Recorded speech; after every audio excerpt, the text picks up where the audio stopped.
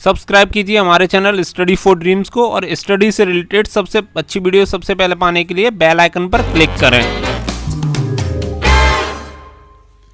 Hello नमस्कार दोस्तों, मैं उपदेश चौधरी और आप देख रहे हैं आपका अपना YouTube channel study for dreams. तो आज की जो अपनी फर्स्ट क्लास है वो तत्सम और तद्भव को लेकर सीआईएसएफ हेड कांस्टेबल के लिए ठीक है। से हेड कांस्टेबल मिनिस्ट्रियल में जो वैकेंसी निकली है उनके लिए ये फर्स्ट क्लास है हमारी। और ये हिंदी का एक टॉपिक हम सबसे पहले ले रहे हैं, तत्सम और तद्भव। मैं आपको बता दूं इससे भी लगभग 1 से 2 क्वेश्चन आपको आराम से देखने के लिए मिल जाएंगे। अगर आप इस टॉपिक को कवर कर लेंगे तो आई एम श्योर आपके 1 से 2 क्वेश्चन 100% सही हो जाएंगे। तो इसी तरीके से आपको डेली इसके लिए क्लासेस मिलती रहेंगी। आई एम श्योर आपको मैं हर एक टॉपिक पूरा कवर करा दूंगा और जितने बार सब्जेक्ट हैं पूरे यहाँ पे मैं कंप्लीट करा दूंगा और कोशिश करूंगा कि जल्दी जल्दी एक दिन में 3-4 में क्लासेस आपके लिए लाऊं। तो वीडियो को जरूर लाइक करें और ज़्यादा से ज़्यादा शेयर कर दें और चैनल जरूर सब्सक्राइब कर लें अगर आपने अब तक चैनल सब्सक्राइब नहीं किया है। तो चलिए वीडियो को स्टार्ट करते हैं और आपको पूरा बताते हैं। तो सबसे पहले हम देख लेते हैं तत्सम। तत्सम के लिए कुछ चीज़ें जिन्हें आप आराम से पहले समझ लीजिए, समझने के बाद आप आराम से 100% आंसर दे पाएंगे एकदम करेक्ट। तो चलिए देख लेते हैं तत्सम। तो तत्सम 2 शब्दों से मिलकर बना होता है, ठीक है।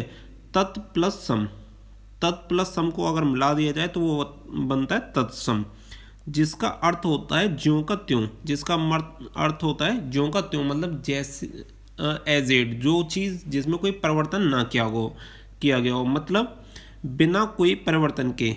जिन शब्दों को संस्कृत से बिना किसी परिवर्तन के लिया गया है उन्हें हम तत्सम कहते हैं। इसमें ध्वनि परिवर्तन नहीं होता है। तो ये चीज़ आप समझ गए होंगे। तत्सम का मतलब होता है ज्यों की त्यों, जो चीज़ ऐसे की ऐसे ही रहे, उसमें कोई बदलाव ना किए गए हों, वो बनता है तत्सम। जिन शब्दों को डायरेक्टली संस्कृत से सीधा उठा के हिंदी में लिया गया उन्हीं शब्दों को तत्सम कहा गया है। मैं बहुत अच्छे से एक्सप्लेन करने वाला हूँ, आई एम श्योर उसके बाद आपका जो भी डाउट है, आप किसी भी एग्जाम में अगर हिंदी का ये टॉपिक उठाएंगे तत्सम तद्भव 100% करेक्ट आंसर दे के आएंगे। तो चलिए अब देख लेते हैं एग्जाम्पल। तो जैसे अक्षर आपका तत्सम शब्द है, अमूल्य तत्सम है, अधर्म ये आपके सभी तत्सम है। तो बाद में और आपको मैं बताने वाला हूँ। तो चलिए और देख लेते हैं कि तद्भव। तद्भव क्या होता है, पहले चीज़ों को समझ लीजिए, उसके बाद आराम से आप आंसर दे पा रहे होंगे। तो समय और परिस्थिति की वजह से तत्सम शब्दों में जो परिवर्तन हुए हैं वे तद्भव, उन्हें तद्भव कहते हैं। ये शब्द सीधे संस्कृत से ना होकर पाली, प्राकृत और अपभ्रंश से होते हुए हिंदी में आए। तो जो शब्द सीधे संस्कृत से आए वो तत्सम कहलाए और जिस सीधे संस्कृत से ना होकर पाली, प्राकृत और अपभ्रंश से होते हुए हिंदी में आए वो शब्द कहलाए तद्भव, ठीक है। वो शब्द क्या कहलाए, तद्भव। अब अपनी भाषा में अगर मैं आपको बताऊं तो देखिए, सिंपल सी भाषा में इस चीज़ को अगर आप समझ लेंगे तो कभी आपके दिमाग से निकलेगी नहीं ये बात।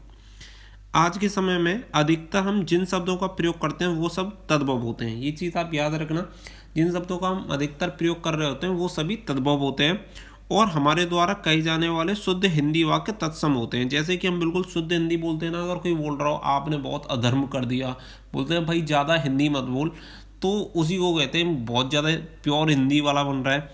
तो उसी तरीके से अगर जैसे कि हम नॉर्मली जो अपनी भाषा में यूज़ करते हैं वो मोस्टली ऐसे वर्ड यूज़ नहीं करते और हम सीधे सीधे वर्ड यूज़ करते हैं, वो होते हैं तद्भव, ठीक है।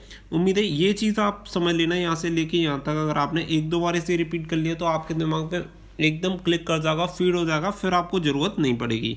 तो चलिए बात कर लेते हैं जैसे तद्भव के उदाहरण। तो तद्भव के उदाहरण देख लीजिए आप। अक्षर तो होता अक्षर है लेकिन हम लिखते हैं अक्षर, बोलते हैं ना अक्षर, क्या है अक्षर। तो मतलब हमारी प्रोनाउंसिएशन कुछ इस टाइप से हो जाती है कि हम अपने मतलब उसे सरल बनाने के लिए हम उस चीज़ का प्रयोग करने लग जाते हैं। जैसे गांव की भाषा में बोलते हैं अमोल, अमोल होता ही नहीं है, अमूल्य होता है लेकिन हम उसे बोलते हैं अमोल। अधर्म, अधर्म होता है लेकिन अधर्म ऐसे हम उसे लिख लेते हैं। तो यही अपने तद्भव होते हैं। तो चलिए पहचानने की मैं ट्रिक आपको बता देता हूँ। यहाँ पे जो आपके पहचानने की ट्रिक क्या होगी, तो जो तत्सम शब्दों के पीछे आपको खास करके मिलेंगे क्ष, जिन शब्दों के पीछे क्ष वर्ड का प्रयोग हो, तद्भव शब्दों में पीछे खा या छा का प्रयोग।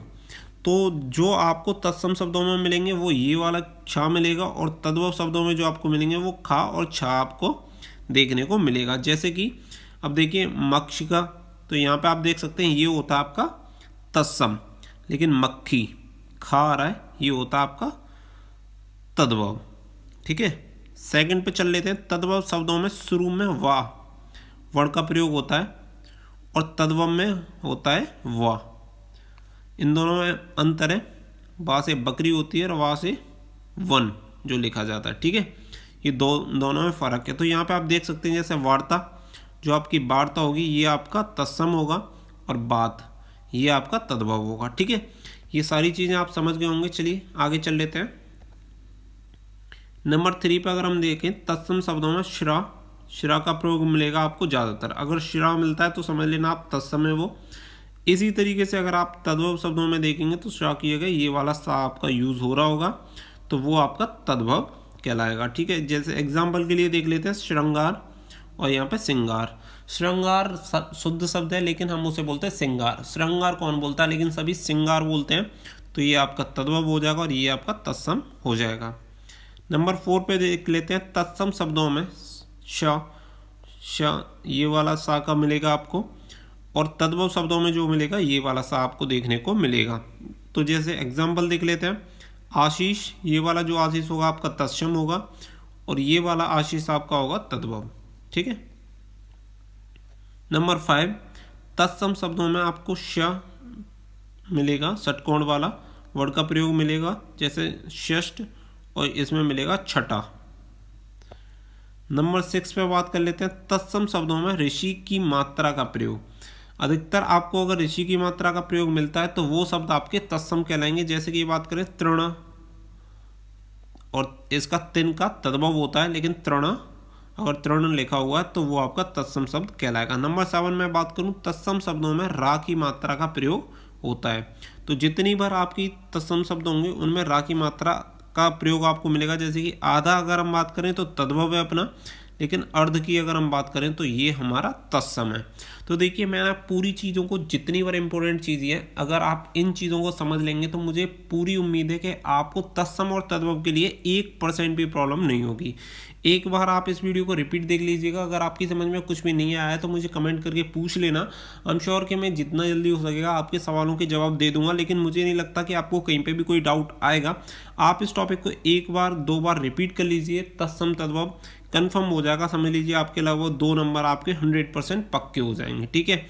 इससे आगे भी हमारी जो नेक्स्ट क्लासेस होंगी उनमें मैं इसी तरीके से आपके जीएस, मैथ और रीजनिंग वगैरह सभी के टॉपिक यहाँ पे कवर करवाने वाला हूँ और उम्मीद है आपकी पूरी जो CASF की तैयारी है वो 100% अच्छे तरीके से मैं करा दूंगा।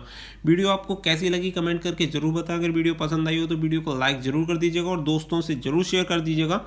और साथ में अब तक अगर हमारा चैनल सब्सक्राइब नहीं किया तो चैनल जरूर सब्सक्राइब कर लेना, साथ में बेल आइकन पर प्रेस कर लेना ताकि हर एक आने वाली लेटेस्ट वीडियो सबसे पहले आप तक पहुंच सके। दोस्तों फिलहाल के लिए इतना ही। Thank you for watching. जय हिंद, जय भारत।